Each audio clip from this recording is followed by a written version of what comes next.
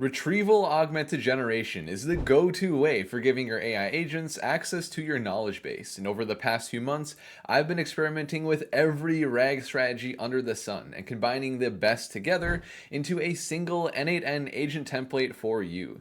And I've been evolving this for a long time now, starting with super basic RAG as an introduction, all the way to what we have now with multiple RAG strategies combined together. I've been making some big upgrades to this template that I want to show you today, and I want to show you how you can use this template for yourself. Now, the reason I'm putting so much effort into these different strategies in the first place is a basic RAG implementation is just not enough. If you aren't strategic about the RAG strategies that you use, it's just going to seem like RAG is fundamentally flawed. So what do I mean by that? Well, I have the very first version of my n8n RAG template so that I can explain the fundamental flaws that we have with a very basic implementation. Now, let me be clear, this template is a good introduction to RAG, but there is a reason I've been evolving it so much over the last year. So every RAG implementation has two components. We have our RAG pipeline, where we convert documents from our document store into the format that we're going to store in our knowledge base. So we chunk things up into bite-sized pieces for our LLM. And then we give tools to our agent, this is the second component, to search through our knowledge base. And so I'll just give you an example here. I'll ask it a question where it's going to have to search through the documents that originate in my Google Drive, going through the knowledge base to find the information to answer my question. Now, both the RAG pipeline and agent tools, there is a lot of risk here that they miss key context and related information. When we do these very direct searches, a lot of times we're just not getting what we need from the knowledge base. If you're not very strategic about how you are chunking and curating the knowledge for your knowledge base, it doesn't matter how effective your agentic search strategies are, your agent will fall apart. And the same thing applies if we're curating our knowledge really well, but then we don't have effective search strategies. And so we want to solve for all of this. And this is what I have for you in the latest version of the n8n RAG template. So this is what has evolved to now. It looks a lot more complex, but I'll break it down in this video. We have strategies for effective knowledge curation and effective knowledge-based search. And also, I want to hear from you what other strategies you want me to add into this template as I continue to evolve it. I could add in knowledge graphs or contextual embedding. So many different ways to build on top of this. Let me know in the comments what you think. So I just wanted to say that really quick, but yeah, let's get into it now. And really, these RAG strategies are going to be super helpful for you no matter the RAG agent you want to build. So you can use this template as a starting point. I'll speak to how you can do that and adapt it to your use case throughout this video as well. So here are the three big strategies that we're going to be covering in this video that I've added to the template. First of all, we have Agentic Chunking. Then I want to dive into Agentic RAG, and then finally we will cover Reranking. Now, Agentic RAG is something that I added in the last evolution of this template, so check out this video right here if you really want to dive deep into that. But what I've added for the first time now is Agentic Chunking and Reranking, and man, do these strategies make a big difference. So these are the huge upgrades that I'm talking about. I'm really excited to be covering this with you right now. Now, the first RAG strategy that I want to dive into with you that I added is Agentic Chunking, and this one is really powerful because what we're doing is leveraging the intelligence of a large language model to help us determine how to chunk our documents. In a more traditional RAG implementation, like in this template right here, we're using a more deterministic approach where we're splitting documents every 1,000 characters or 400 characters. And the problem with this is we're now splitting ideas in our document between different chunks that we'd want to actually have grouped together. And it even goes so far as to split in the middle of words and sentences with a very basic implementation. And we can get a little bit more elaborate and try to respect sentence and paragraph boundaries, but you're still going to be splitting in the middle of ideas that you want to have grouped together. And so this just leads to a lot of context loss when we search through our knowledge base and we're finding these chunks. Well, maybe what we have in this chunk, we actually want to have part of this chunk to really have that complete thought to answer the user's question. And so with Agentic Chunking, this is the power here, is we're giving the document to the large language model, we're telling it, like, based on the need that we have to keep ideas together, how should we split up this document?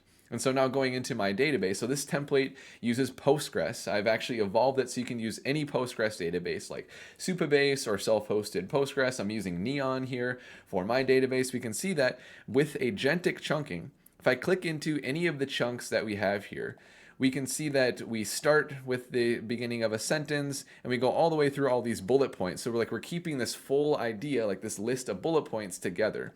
And you'll see that same kind of thing as I go through the different chunks here. We're not splitting in the middle of words or sentences that often. That's what we want to preserve here. Now we do have to chunk documents. Like we can't just store every single document as a single record here because that's way too much to pull into the large language model and it's going to make the embeddings really inaccurate. So we need to have these bite-sized pieces of information, but as much as we can, we want to keep the concrete ideas together, splitting the document with the help of a large language model. That's what agentic chunking gives us. And the rest of this RAG pipeline is really the same as the previous iteration of this template.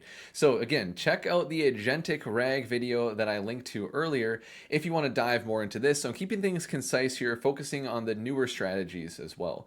But just for a quick recap, we have our document store, which in my case is Google Drive. You can easily update this though to be something like Dropbox or SharePoint instead. So we're watching for files that are created or updated. And if a file is updated, we also want to delete the old rows so we can insert just the new ones. And then we download the file from Google Drive.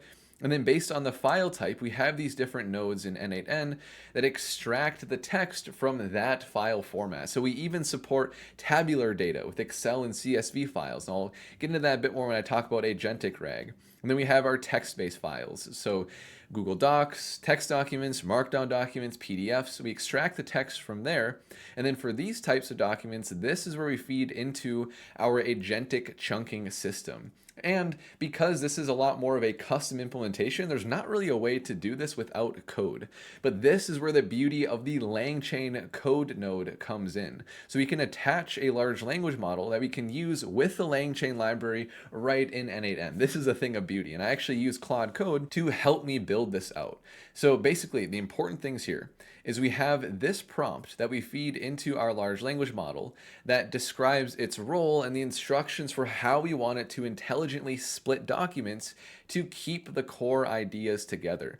And you can see here that like based on some of the splits, it's not ideal, but for the most part, it very much is starting the chunks and ending them with a key idea kept together. That's what we're trying to accomplish here. And this fixes a lot of problems that we have with RAG, where we just have so much fragmented context between the different chunks that we have for our document. So I send this prompt into the LLM, and basically the LLM is going to output a word to split two chunks on. That's how we create these chunks over time. And all of this is going to be stored in our vector database. And so you could very much swap this out to use another vector database like Quadrant or Pinecone if you want.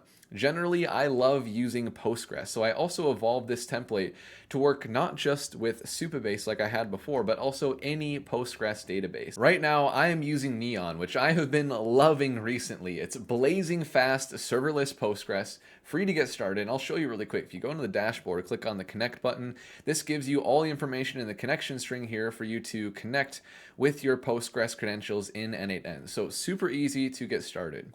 And really, that's everything for agentic chunking. The last thing that I want to say here is that the other beautiful part of agentic chunking is how flexible it is, because you can tweak this prompt based on your use case to get really specific with how you want the LLM to split your documents.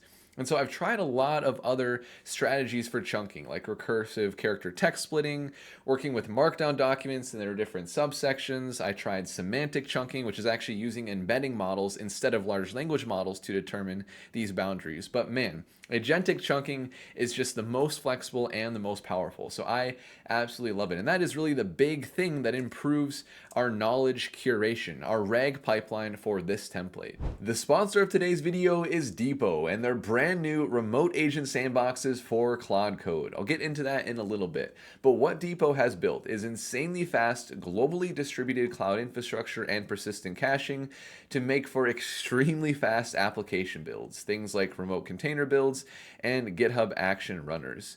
And companies that have switched to Depot have gotten up to 55 times their performance increase for their builds, and there are a ton of integrations with things like GitHub Actions, Circle CI, Docker, and and GitLab.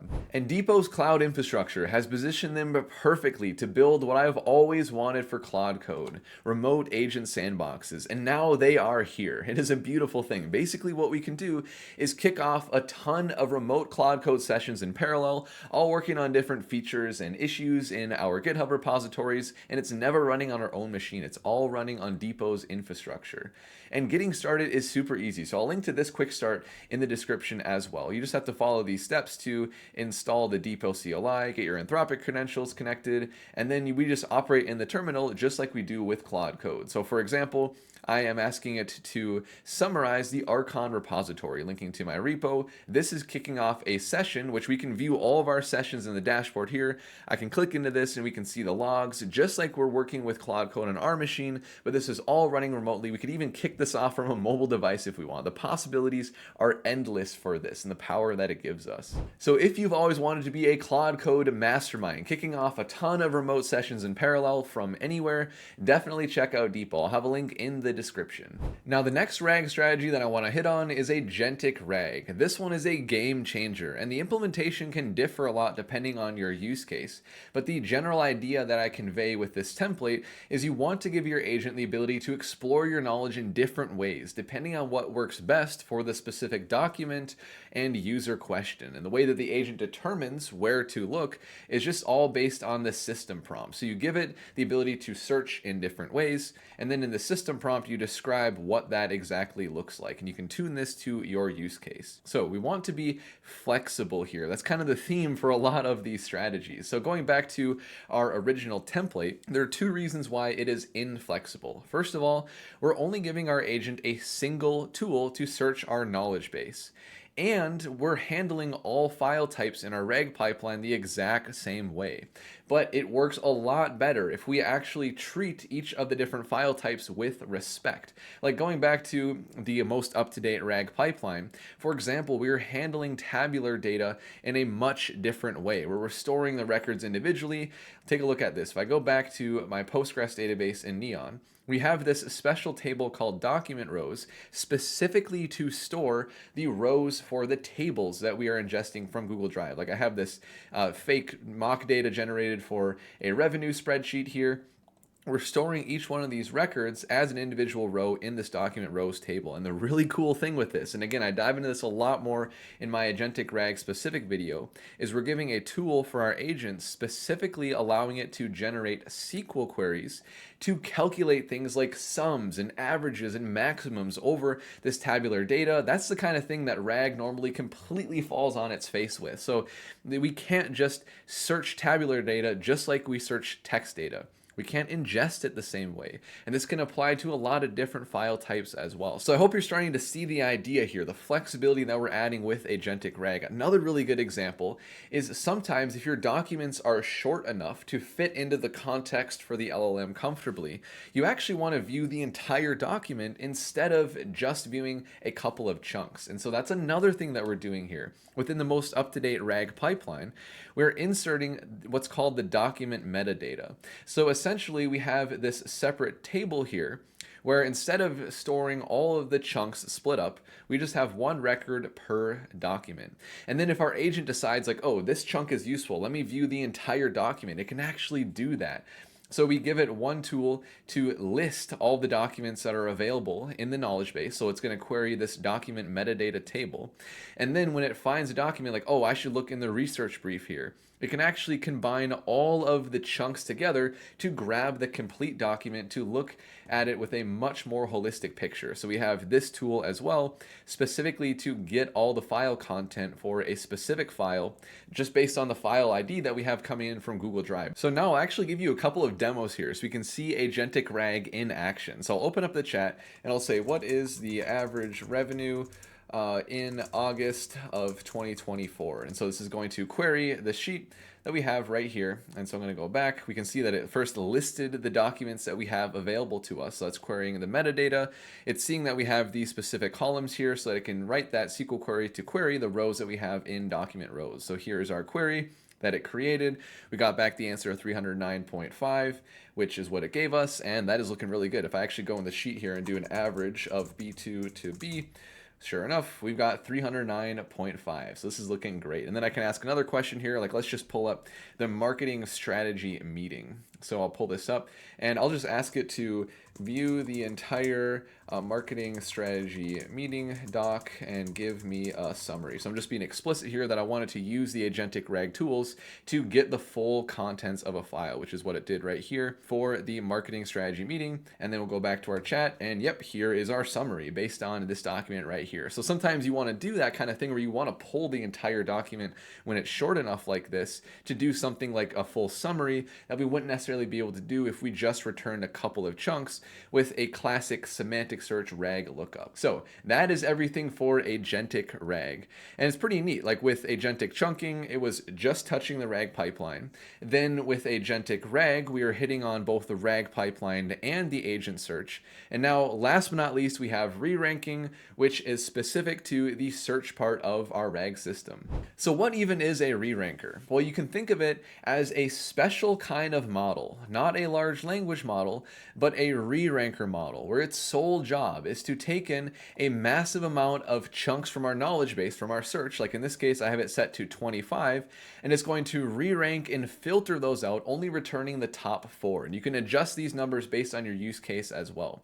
Now, the reason this is so powerful is if we were to return 25 chunks straight to the large language model, it would completely overwhelm it. It's going to make our agent more expensive, a lot slower, and 25 chunks leads to a very high risk of hallucinating because there's just so much information coming in. But re-rankers are designed to handle this much information, and they're a lot cheaper and faster. So they don't have general intelligence like a large language model. We can't build agents around re-rankers, but they're made to take in all these chunks and do that kind of re-ranking and filtering. And so going back to the very first version of our template, with RAG, we're only ever picking 4 chunks at most from our knowledge base. But that's pretty limiting. What if we want to actually deal with dozens of chunks and then just pick the top ones? Well, that's what re-ranking allows us to do. So I'll give you an example here. I'll open up the chat and I'll say, give me an overview of Neroverse. This is just one of the fake companies that I had Claude generate for mock data here. So we're using the semantic similarity search tool. That's the classic RAG search that we've had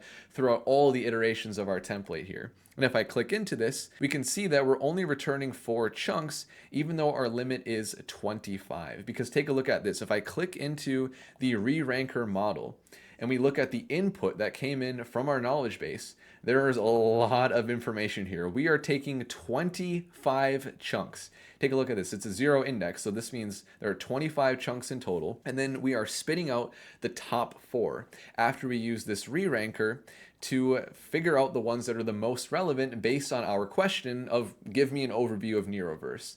Really, really nice. And so the large language model, if we take a look at the prompt that came in, this is the full prompt to the large language model. It's not that big overall. We have 1 chunk, 2 chunks, 3 chunks, 4 chunks as a part of our prompt. So that's that added context for retrieval augmented generation. This is much better than if we actually gave 25 chunks, but we still got to sift through that many using the re-ranker to deal with all that information before it goes to our LLM. So that's re-ranking. And there's only one option for a re-ranker right now in n8n using the Cohere models, but Cohere is actually fantastic. So you just have to go to cohere.com. You can create a free API key. I'm just on the free tier right now, so I'm not paying anything for this, just like I'm not with Neon. So that's how you can add re-ranking into your n8n agents. So that is everything that I have for this massively upgraded version of the n8n RAG agent template. And I hope that I have covered really well how you can adapt this to your specific use case, picking and choosing some of the RAG strategies, adjusting certain parameters, even adding in your own strategies. And there's a lot more that I could cover as well. So definitely let me know in the comments if you want me to cover knowledge graphs in this or contextual embedding, so many other strategies that I could include as well. And RAG is just so important for AI. So I'm always down to cover more with my content. So if you appreciated this and you're looking forward to more things AI agents and RAG, I would appreciate a like and a subscribe. And with that, I will see you in the next video.